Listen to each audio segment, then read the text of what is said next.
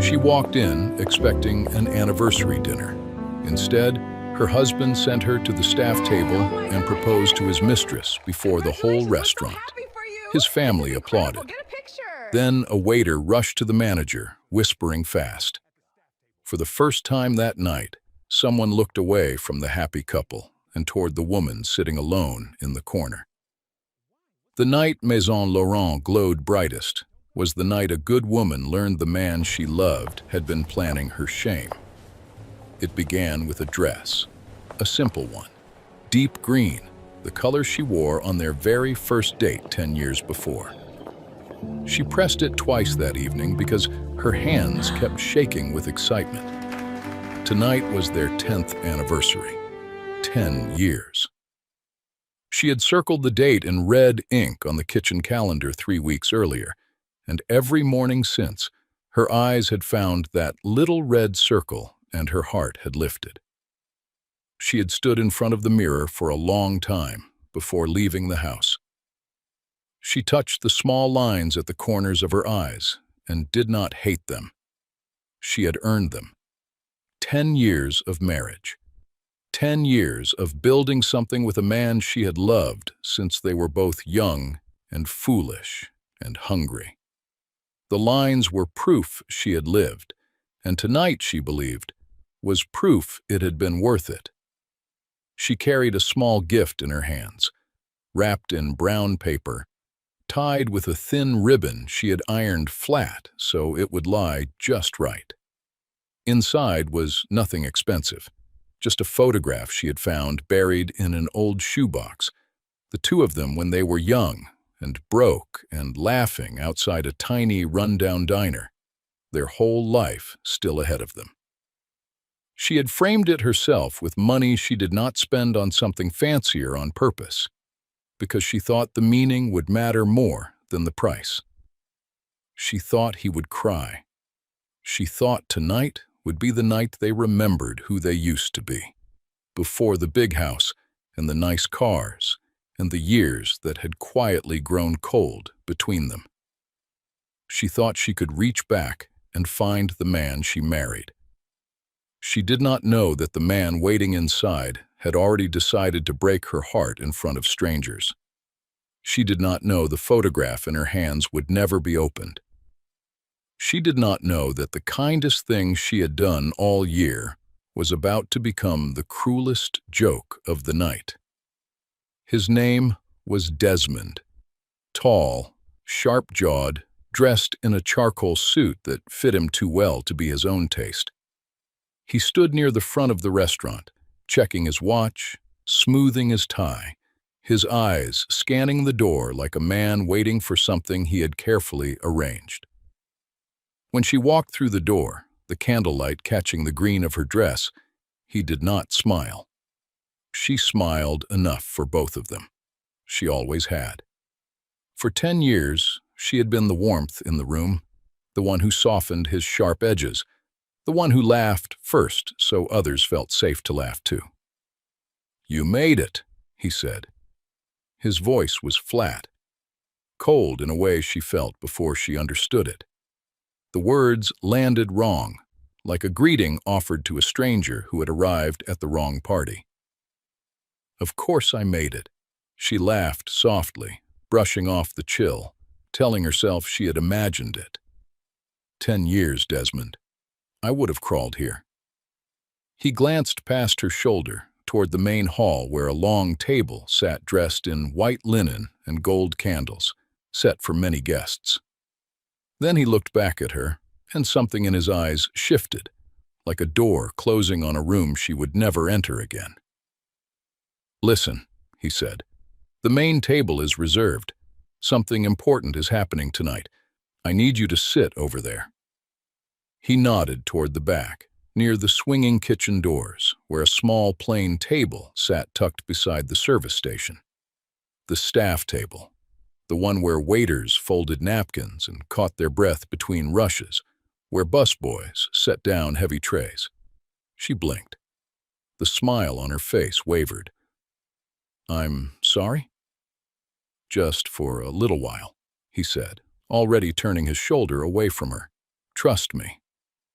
And because she had spent 10 years trusting him, because trust was the foundation she had laid brick by brick beneath their whole life, she went. She told herself it was a surprise. She told herself love sometimes asked strange things and meant something tender by them. She was wrong about that. The way you can be wrong about a person for a very long time before the truth arrives all at once. She sat at the small table with her gift in her lap and her back too straight. The chair wobbled on one leg, tilting slightly every time she shifted her weight. A busboy walked past and gave her a confused look, the kind of look you give someone who is sitting somewhere they do not belong. And she felt her cheeks warm, though she could not yet have named the feeling crawling up the back of her neck. She told herself it was a surprise. That was what this was. Desmond had planned something. A speech, maybe.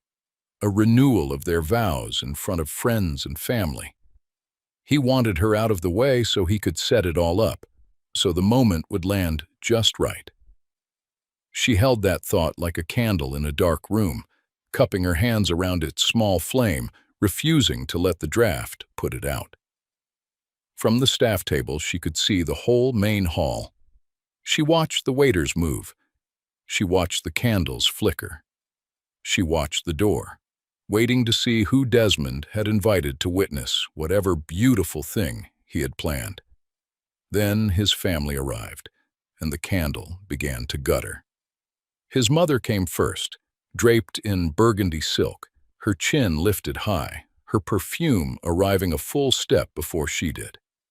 His sister came behind her, phone already in hand, the screen glowing, filming the room as she walked like she was documenting an event she already knew the ending of.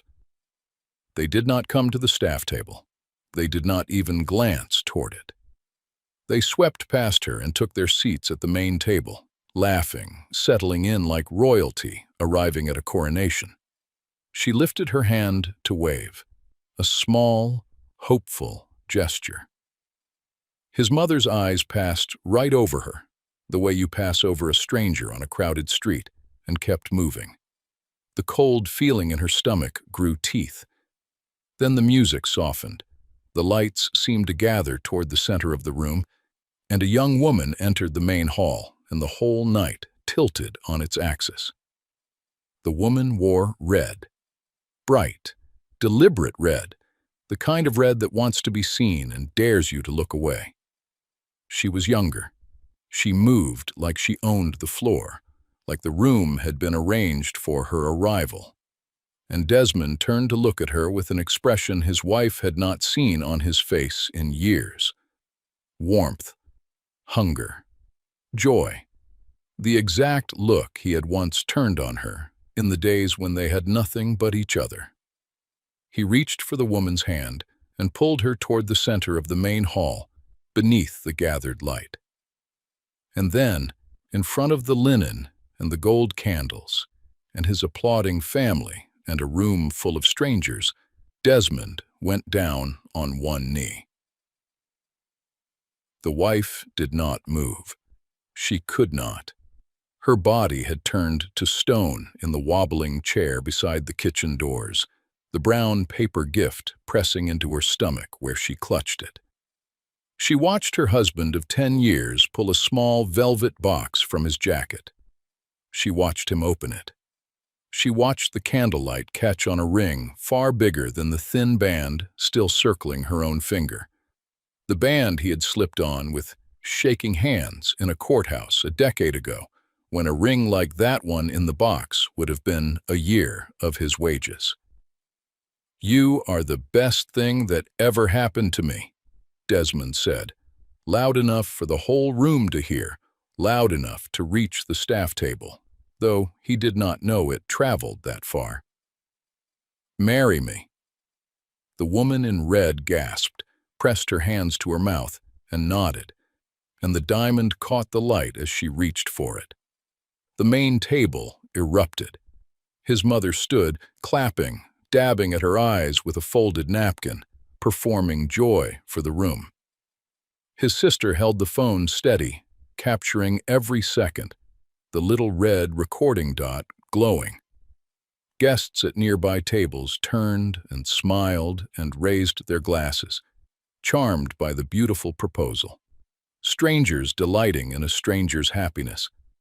Not one of them knowing that the man's real wife sat 30 feet away in the green dress she had pressed twice, holding a framed photograph of who they used to be. She felt the room spin. She felt her own heartbeat in her ears, loud as a drum. She wanted to scream. She wanted to stand up and throw the gift across the polished floor and ask him how. How could you? After everything, after the lean years, after the nights we shared one plate of food between us because that was all we had, and you swore to me it would not always be this way. And you were right. But not like this. Never like this. But she did not scream. She did not stand. She sat very, very still, the way her grandmother had taught her to sit when the world tried to break you. Because a woman who reacts in rage hands her power to the people watching, and she had learned long ago that her stillness frightened people more than her fury ever could. And some part of her, deep beneath the pain, far below the place where the tears should have been, was already beginning to remember exactly how much power she actually held in this room. She lowered her eyes to the small brown gift in her lap. She breathed in, she breathed out, and she waited. That was when the old waiter saw her. He had worked at Maison Laurent longer than anyone. He knew every table, every regular, every face that mattered. And he knew hers. He had seen her many times, quietly, in the early mornings before the restaurant opened, walking the floor, checking the books, speaking softly with the manager. He stopped mid-step, a tray of glasses balanced on his palm, and he stared at her sitting at the staff table in her green dress with her shoulders trembling. His face changed. Confusion first, then something close to alarm. He set the tray down fast and crossed the floor toward the manager, who stood near the bar watching the proposal with a frozen, uncertain smile. The old waiter leaned in and whispered something quick and urgent into his ear. The manager's head turned. He followed the waiter's gaze across the room, past the celebrating family, past the kneeling husband, all the way to the small, wobbling table by the kitchen doors. And for the first time that whole night, someone in Maison Laurent looked away from the happy couple and toward the woman sitting alone in the corner. The manager's face went pale. To understand what happened next, you have to understand where she came from. Long before the green dress, before Desmond, before any of it, she had been a little girl in a tired neighborhood where the buses ran late and the heat never came on in winter. She was raised by her grandmother, a woman with strong hands and a soft voice who ran a tiny food stand on the corner of a busy street. It was nothing much to look at. 2 pots, a folding table, a hand-painted sign that the grandmother touched up every spring with the same can of paint. But people lined up for that grandmother's cooking from morning until the food ran out, because she cooked the way she loved, which was completely and without holding back. The smell of her stew drifted down the block and pulled people in like a hand on the shoulder. Working men, tired mothers, children with coins clutched in sweaty fists. They all came. The little girl grew up beside her grandmother's food stand, learning far more than recipes. She learned that kindness looked the same whether a customer wore an expensive coat or arrived with only a few coins in their pocket. "Baby," her grandmother often told her, "people will look at where you sit and decide who you are. Let them. The ones who matter will look at how you carry yourself." Beside the register sat an old tin box containing a stained recipe card passed down through generations. It was the recipe that had built their entire livelihood. One evening, as the sun dipped below the rooftops, her grandmother placed the card in the girl's hands. "This built everything we have," she said. "Money comes and goes. What matters is what you build, and who you stay while you're building it. Stay kind. Stay quiet when you need to. And put your name on the door. Never let anyone tell you a seat that belongs to you doesn't." The girl was too young to fully understand, but she never forgot those words. Years later, when her grandmother passed away, she left behind only the recipe card, the tin box, and a lesson that would shape the rest of the girl's life. The girl grew into a woman, quiet, watchful, underestimated. She met Desmond when they were young and broke, with little more than hope between them. He was charming then, full of dreams and ambition, the kind of man who could make a cramped apartment feel like the beginning of something bigger.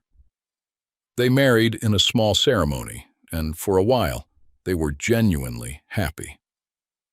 While Desmond chased one opportunity after another, convinced success was always one step away, she took her grandmother's recipe card and simply started cooking. What began as a few small orders grew steadily. One customer became 10. 10 became 100.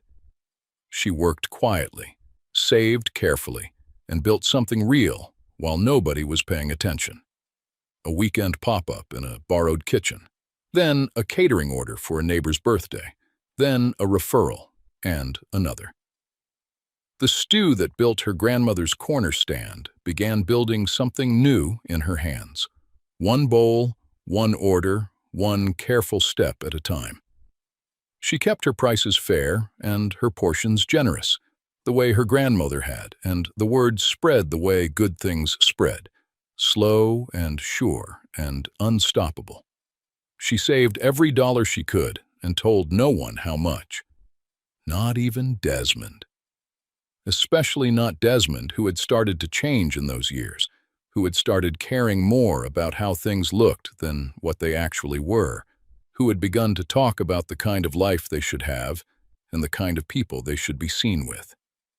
She watched that hunger grow in him, and something cautious in her went quiet and kept its own counsel. She had learned, by then, exactly what her grandmother meant. Put your name on the door. But that part of the story comes later. Back at the staff table, the betrayal was still tightening around her like a rope, because this had not happened overnight. As she sat in that wobbling chair, the pieces she had ignored for over a year began clicking into place with terrible clarity. Each one a small betrayal she had explained away at the time, now lining up into a single, ugly shape. The late nights Desmond claimed were work, coming home smelling of a perfume that was not hers. The new suit that fit too well to be his own taste, the one he could not quite explain. The way his mother had grown colder, sharper, dropping little comments at family dinners about how a man of Desmond's rising status needed a woman who matched it, a woman with polish, a woman who knew how to be seen. His mother had never liked her. That was no secret, and never had been.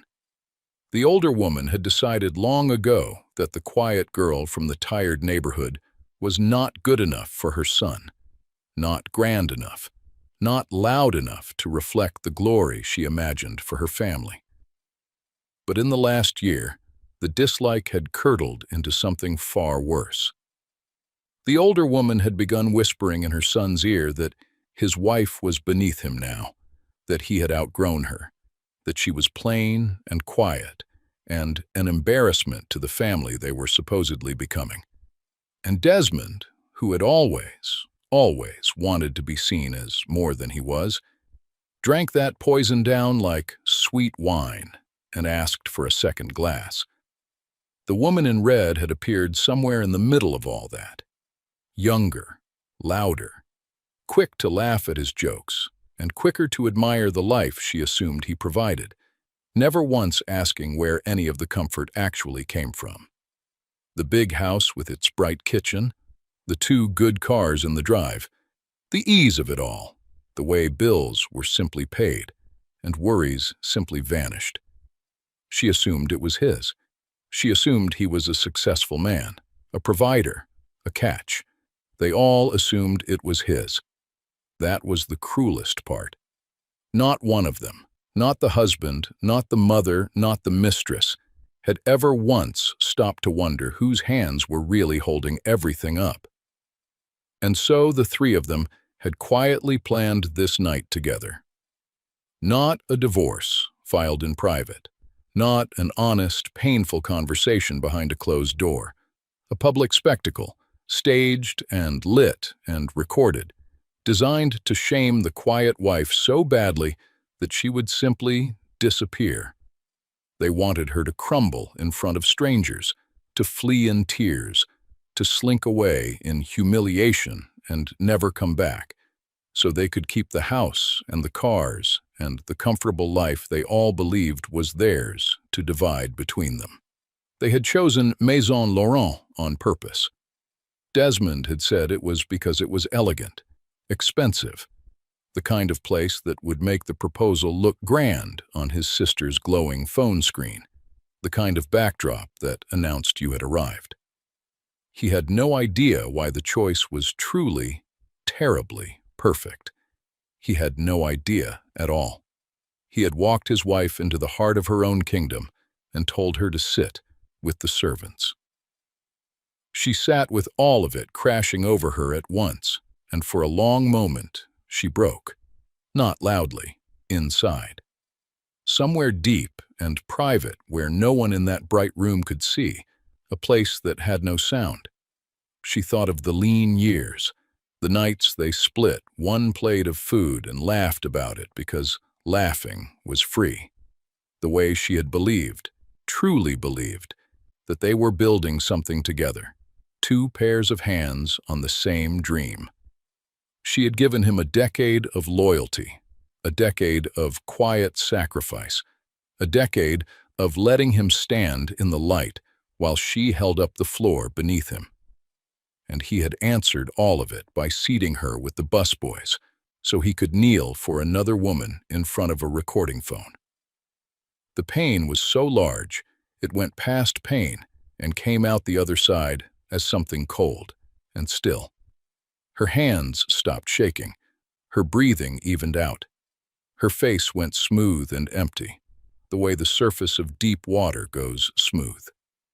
She stared at the brown paper gift in her lap, the framed photograph of two young people laughing outside a run-down diner, and she felt something inside her quietly close, like a book finished and gently set down on a shelf, never to be opened again. She did not cry over Desmond. She noticed that, distantly, as if she were watching herself from somewhere up near the ceiling. 10 years. 10 years of marriage, and when the moment finally came to grieve it, she did not have a single tear for the man himself. She searched for the grief and found, in its place, only a vast and growing quiet. That was its own kind of answer. You do not weep for what was already gone. Instead, her fingers moved to her small purse and found the edge of her grandmother's recipe card, which she carried with her always, the way some people carry a photograph of a saint or a worn prayer folded into a wallet. She ran her thumb along its soft, worn corner, feeling the faded ink under her skin, feeling the weight of it, light as a leaf and heavy as a life. And she went very, very still. Stay quiet when you need to. Put your name on the door. She had put her name on the door. She had done exactly what her grandmother told her all those years ago. She just had not told a single living soul which door it was. And now, in the most beautiful room she had ever built, surrounded by people who thought she was nobody, she remembered that the door was right above her head. The manager crossed the floor. He did not go to the main table. He did not go to the kneeling husband or the woman in red or the applauding mother. He walked, with careful steps and a pale face, directly to the small wobbling table beside the kitchen doors. And there, in front of the staff and the nearest guests, he lowered his head respectfully. "Ma'am," he said quietly, "I am so sorry. I did not know you had been seated here. I would never have allowed it." He paused, and his next words, though soft, carried in the strange way that important words do. "Would you like me to continue the celebration, or would you like me to end it?" The nearest tables went quiet, because the staff of Maison Laurent were not looking to Desmond for instruction. They were not looking to his mother, who had begun to frown, sensing something wrong without understanding it. They were all looking at the woman in the green dress at the staff table. They were waiting for her answer. Desmond, still half kneeling, finally noticed the shift in the room. The applause had faded. The attention had moved. He looked over his shoulder, annoyed, and saw the manager bowing his head to his wife. "What is this?" he said, rising, the velvet box still in his hand. "What are you doing? Leave her alone. She is nobody. She was just leaving." The manager did not even look at him. That was the moment the truth began to surface, and it surfaced not with a scream, but with a silence so complete you could hear the candles burn. She rose from the staff table. She set the brown paper gift down gently on the wobbling surface. She smoothed the green dress, and she walked, unhurried, calm, into the center of the main hall, past the white linen and the gold candles, until she stood a few feet from her husband and the woman in red. "Desmond," she said. Her voice was steady, soft. It did not shake at all. "Do you know why you chose this restaurant tonight?" He stared at her, thrown by her calm. "Get out," he hissed. "You are embarrassing yourself." "You chose it," she continued, as if he had not spoken, "because it is elegant, because it photographs well, because you wanted tonight to look expensive." She glanced around the beautiful room, the room she knew better than anyone alive. "It is expensive. It took years to make it this beautiful. I should know." His mother stood. "What is this woman talking about? Desmond, get her out of here." The wife turned to her, unbothered. "The reason the staff would not take his orders," she said gently, "is because they take their orders from me." She let that settle for one breath. "I own this restaurant.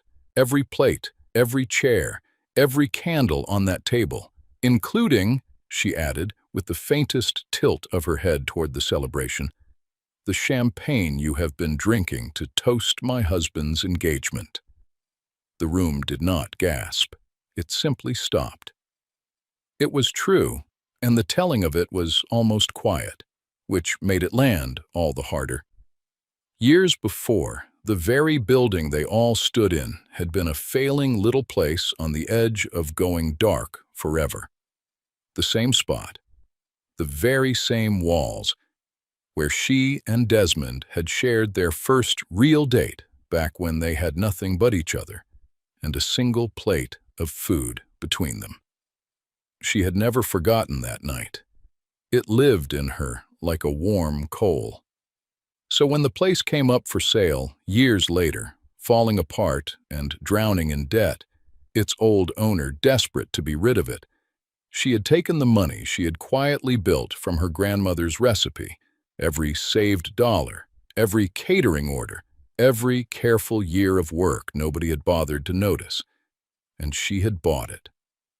She bought it as a wreck, with cracked floors and a dead kitchen, and she rebuilt it with her own vision, board by board, into Maison Laurent.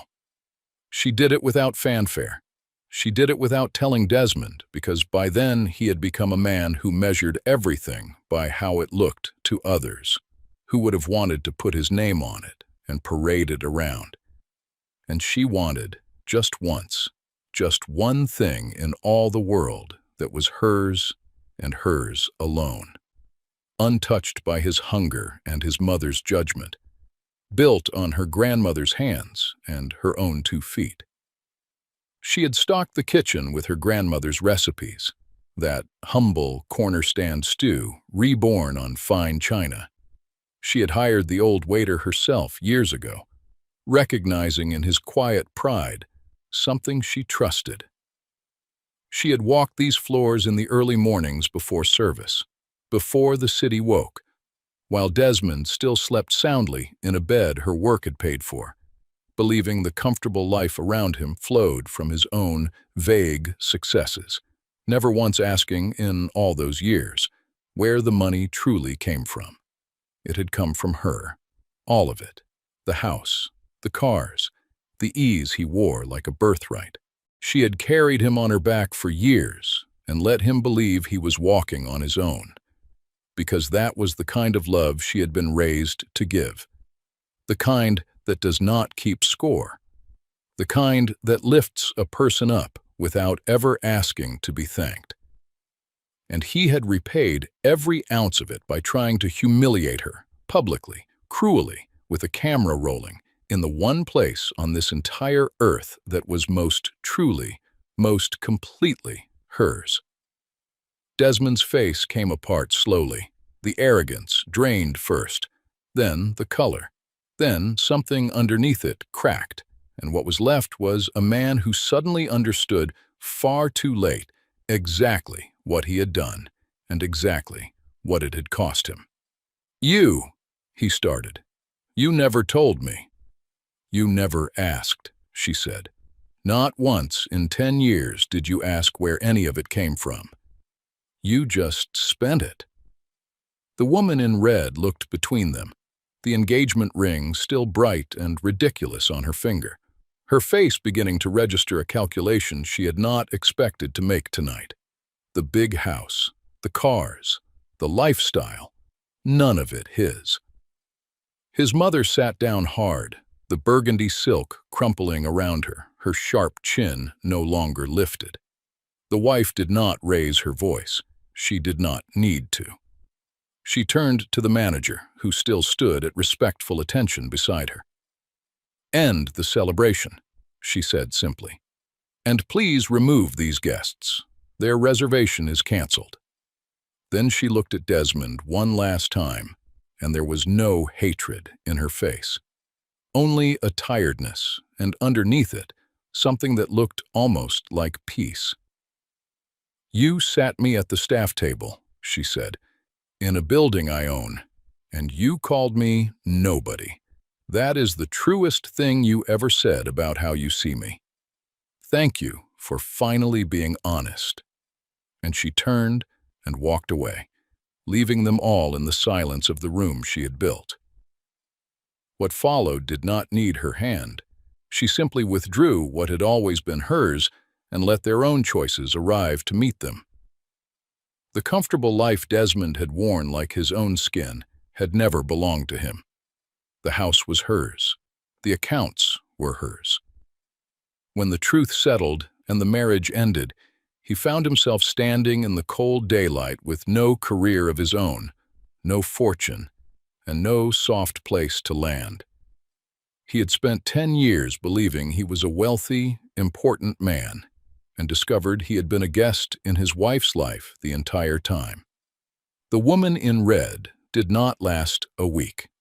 She had chased a lifestyle, not a man, and the moment she understood the lifestyle had walked out the door in a green dress, she followed her own interest right out of his. The ring went back. The warmth he had basked in turned to nothing in his hands. His mother, who had whispered the poison that started it all, who had dreamed of a grander life for her son, was left with only the memory of that night, witnessed by a full room and captured, fittingly, on her own daughter's phone. The video she had recorded to celebrate her son's triumph became the record of his ruin. The family that had looked down on the quiet wife now had nothing to look down from. And the staff of Maison Laurent, the ones who had watched her be sent to the corner like hired help, stood a little taller around her now, because they had always known what the family never bothered to learn. She walked away from the marriage the same way she had walked into the center of that room. Calm, unhurried, her grandmother's recipe card in her purse, and her name on the door. Months passed, and Maison Laurent glowed warmer than it ever had. It thrived under her, the way things tend to thrive when the person at the top remembers where they came from. The dining room filled every night. The kitchen ran on her grandmother's recipes. That old corner-stand stew now served on white linen to people who lined up to taste it, just as people had once lined up at a folding table on a busy street. She made two small changes that nobody else fully understood. The first was a table by the window, a small, plain one, the very staff table she had been banished to on the worst night of her life. She kept it there on purpose, set apart, and she never let anyone treat it as lesser.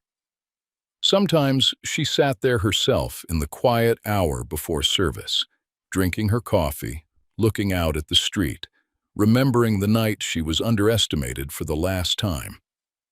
The second change sat beside the register, where the manager rang up each evening's close.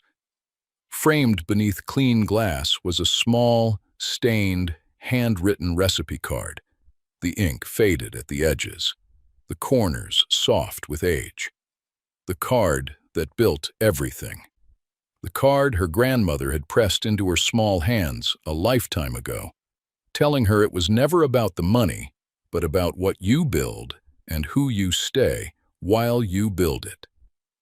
Every night, when she locked the doors of the restaurant that was entirely and undeniably hers, she passed that little card beneath the glass.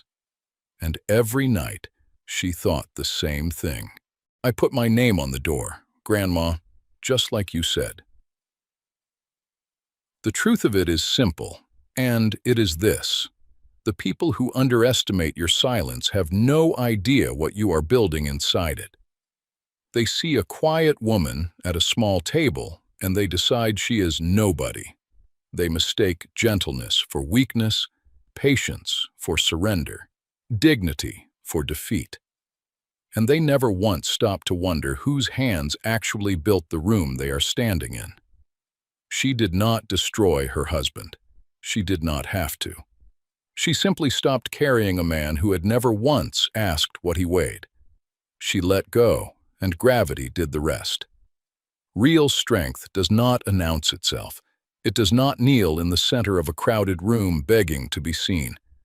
It works quietly, builds carefully, stays kind when cruelty would be easier, and keeps its name on the door. So if life has ever seated you at the staff table in a room where you deserved better, remember the woman in the green dress. Stay calm. Stay kind. Keep building. Because one day the people who overlooked you will finally see what you were becoming all along. She carried her grandmother's kindness into every meal she served, and the dream that began at a small food stand lived on through every door she opened. If this story touched you, share it with someone who needs the reminder. And tell me in the comments, would you have stayed silent or would you have walked to the center of the room?